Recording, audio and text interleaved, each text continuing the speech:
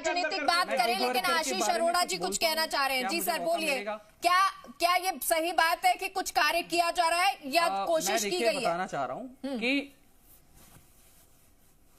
मैं आपको बताना चाह रहा हूं कि भारत जोड़ो यात्रा में हम राहुल गांधी जी से मिले थे, गिग वर्कर्स की समस्या बताई थी। मैं खुद एक कैब ड्राइवर के रूप में मैंने काम किया। ये कंपनी आज उबर के पास में 2 लाख करोड़ की फंडिंग है, ओला के पास में 35,000 करोड़ की फंडिंग है। ये इंडस्ट्री आज के टाइम पे $45 बिलियन 37 लाख करोड़ रुपए की हो चुकी है, जिसमें doctor, engineer, carpenter, electrician, plumber, electrician, इसके अलावा इंजीनियर, ये डिलीवरी बॉय, ड्राइवर, ये सभी इसमें परिवर्तित होते जा रहे हैं। और पूरी दुनिया में जो इकोनॉमी है 3.7 ट्रिलियन डॉलर की हो चुकी है। ये जो प्लेटफॉर्म कंपनियां प्लेटफॉर्म रन कर रहे हैं, आप रिसर्च रिपोर्ट हमने भी पढ़ी है, आप देखेंगे कि 1 ट्रिलियन डॉलर से ज्यादा वर्ल्ड में इन्होंने फंडिंग ली है। और देश के अंदर जो है ये अगर 445 बिलियन डॉलर, मतलब अगर 37 लाख करोड़ की अर्थव्यवस्था है, तो उसके अंदर 10 से 15 लाख करोड़ रुपए की इन्होंने फंडिंग ली है। और फंडिंग किसको दिखाकर ली है? कैब ड्राइवरों ने अपना इन्वेस्टमेंट कर रखा है, रेस्टोरेंट वालों ने अपना इन्वेस्टमेंट कर रखा है, डिलीवरी बॉय अपनी मेहनत कर रहा है, लागत, श्रम, सब कुछ उसका खुद का लगा हुआ है। एक सामाजिक सुरक्षा मांगना उसका अधिकार शुरू से था। गिग वर्कर को गिग वर्कर पता ही नहीं था, ये अंतरराष्ट्रीय शब्द आया है। उसको ये नहीं पता था कि मैं प्लेटफॉर्म वर्कर हूं, गिग वर्कर हूं। हम हर सरकार को बता रहे थे कि क्या है ये समस्या, चाहे कैब ड्राइवर के रूप में, चाहे डिलीवरी बॉय के रूप में, चाहे इलेक्ट्रीशियन के रूप में, चाहे कारपेंटर के रूप में। हर सरकार को हमने समस्या बताई है। तो जब हम राहुल गांधी जी से मिले तो उन्होंने हमारी समस्या सुनी। अब सरकार जा रही थी, आ रही थी, हमें उसका नहीं पता साहब। हमने हमारी समस्या बताई, कानून बना दिया, हमें वो कानून का इंप्लीमेंटेशन चाहिए, चाहे कोई भी सरकार करे। अब केंद्र सरकार ने ई श्रम की योजना बनाई, 1 करोड़ लोगों को जोड़ने की बात करी, प्रधानमंत्री जन आरोग्य योजना से जोड़ने की बात करी। हम भी मिले मनसुख मांडविया जी से भी मिले, हमारी भी मीटिंग हुई। लेकिन ये जो 10 लाख रुपए का 5 लाख रुपए, माफी चाहूंगा, 5 लाख रुपए का जो गिग वर्कर को लाभ मिलने की बात हो रही है केंद्र सरकार के माध्यम से, ये आवाज भी राजस्थान से ही गई है, ये हवा में नहीं आई है आवाज। इससे पहले तो ड्राइवर ये जो लाखों करोड़ों की फंडिंग लेकर देश को गुलाम बना रहे हैं, सर ये इसका जवाब दे दीजिए, क्या अभी जो सरकार है वो आप लोगों के लिए काम कर रही है या नहीं कर रही है? आशीष जी, अब जो सरकार है राजस्थान सरकार, वो आप लोगों के लिए कार्य कर रही है या नहीं?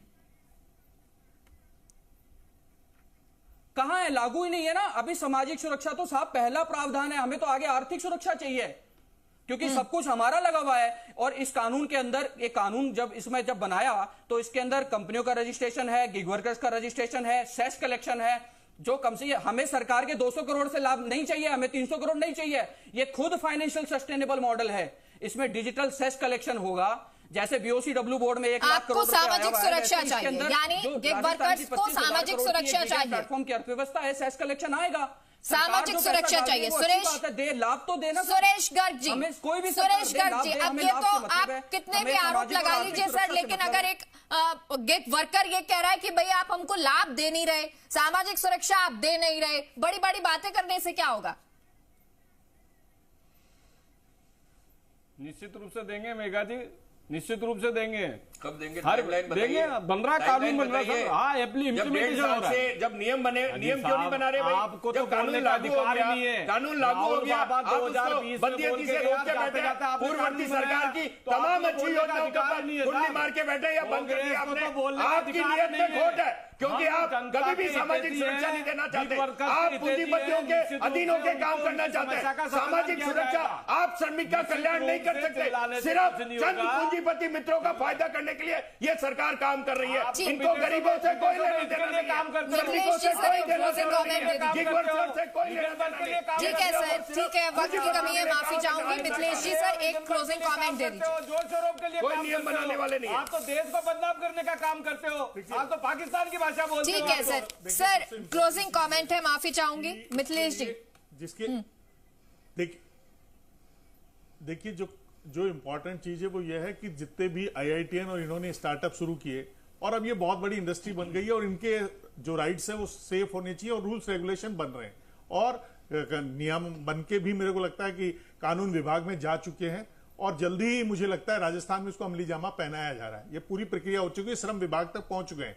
ये सच्चाई है। अशोक गहलोत जी, मैंने कहा ना, अरे नियत में खोट है मिथिलेश जी, सरकार की नियत में खोट है। कोई खोट ये सरकार नहीं करना चाहती। ये पूंजीपतियों के हाथ में खेलने वाली सरकार है। ये सिर्फ पूंजीपतियों के हाथ में खेलने वाली सरकार है। पूंजीपतियों के साथ किसी का भला नहीं करती। आपको पता है, आपको सिर्फ और सिर्फ वही चलवाया जाता है जो आपको सर, वक्त की कमी है। बहुत बहुत धन्यवाद आप सभी का इस चर्चा का हिस्सा बनने के लिए।